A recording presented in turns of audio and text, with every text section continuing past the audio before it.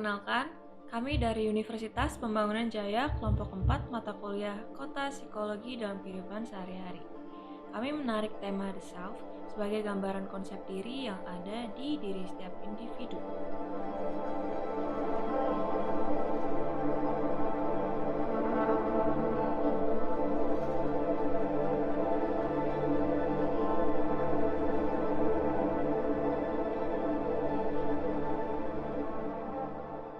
Self-concept.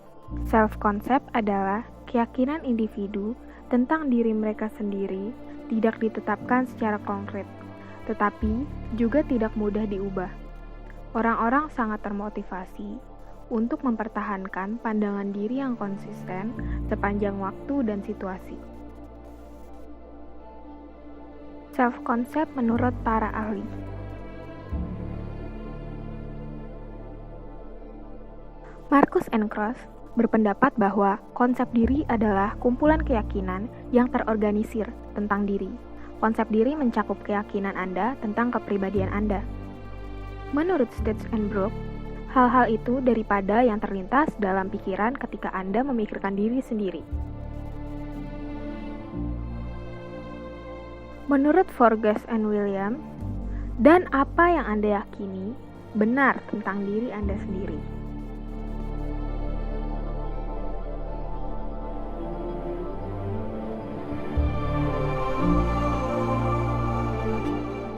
Self-discrepancies. Diskrepansi diri terdiri dari ketidaksesuaian antara persepsi diri yang membentuk diri aktual, diri ideal, dan diri seharusnya.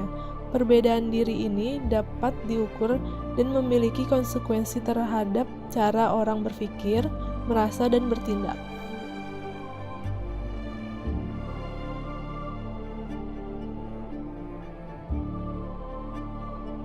Menurut Higgins, perbedaan antara diri seseorang yang sebenarnya, ideal, dan seharusnya mempengaruhi bagaimana perasaan seseorang tentang dirinya sendiri dan dapat menciptakan beberapa kerentanan emosional tertentu. Salah satu jenis dari ketidaksesuaian diri ini terjadi ketika diri yang sebenarnya bertentangan dengan diri yang ideal. Contoh-contoh seperti itu memicu emosi yang berhubungan dengan kesedihan. Ketidaksesuaian diri aktual atau seharusnya menghasilkan emosi yang berhubungan dengan agitasi, yaitu iritabilitas, kecemasan, dan rasa bersalah. Perbedaan ekstrem dari jenis ini dapat mengakibatkan gangguan psikologis yang berhubungan dengan kecemasan. Ada 3 faktor yang mempengaruhi ketidaksesuaian diri, yaitu jumlah perbedaan yang dialami, kesadaran orang tersebut akan perbedaan, dan apakah perbedaan itu benar-benar penting bagi orang tersebut.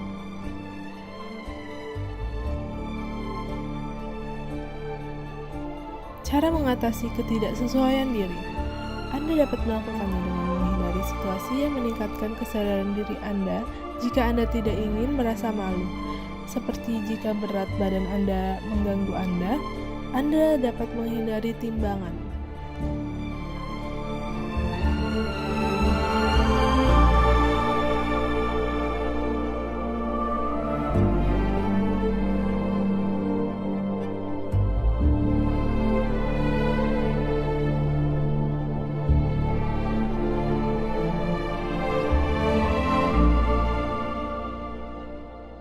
Faktor-faktor pembentuk konsep diri.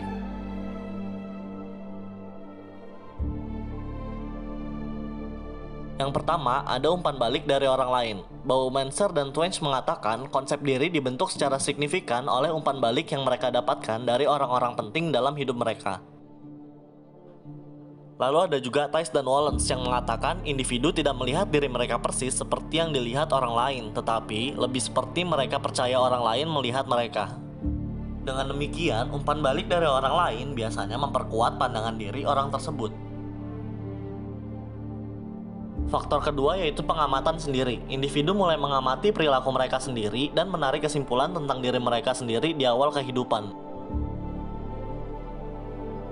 Teori perbandingan sosial yang dikemukakan oleh Leon Festinger pada tahun 1954 mengusulkan bahwa individu membandingkan diri mereka dengan orang lain untuk menilai kemampuan dan pendapat mereka. Sedangkan menurut Staple dan Schultz, individu tidak dapat membantu diri mereka sendiri. Mereka membandingkan perilaku mereka sendiri dengan rekan-rekan mereka. Faktor ketiga yaitu konteks sosial. Menerima umpan balik dari orang lain mengungkapkan bahwa konsep diri tidak berkembang secara terpisah. Menurut Stapel dan Schultz, konteks sosial juga mempengaruhi bagaimana orang-orang berpikir dan merasa tentang orang lain, termasuk kesan yang mungkin secara sadar mereka sampaikan kepada orang lain dalam situasi yang berbeda. Contoh studi kasus The Self. Studi kasus diambil dari permasalahan para siswa SMK Fadilah. Kasusnya adalah banyak siswa yang berbakat dan memiliki potensi, namun untuk meneruskan bakatnya dari segi ekonomi tidak memumpuni. Solusi dari kasus ini adalah permasalahan ini bisa diselesaikan dengan mengenali potensi diri lebih dalam dan hal apa saja yang bisa dilakukan agar potensi itu bisa berkembang. Lalu, lakukan diskusi bersama orang tua karena perspektif orang lain terhadap kita dapat dijadikan umpan balik atau masukan yang mungkin belum kita ketahui sebelumnya. Kasus berikutnya adalah, jika ingin masuk universitas, orang tua harus menampung aspirasi dari anak juga, tidak selalu langsung membuat keputusan. Solusi dari permasalahan tersebut dapat diatasi dengan bagaimana kita membuka diskusi dengan keluarga. Pada umumnya, diskusi melahirkan sebuah gagasan baru dan membuka pikiran setiap pihak sehingga dapat menjadi sebuah penggerak ide.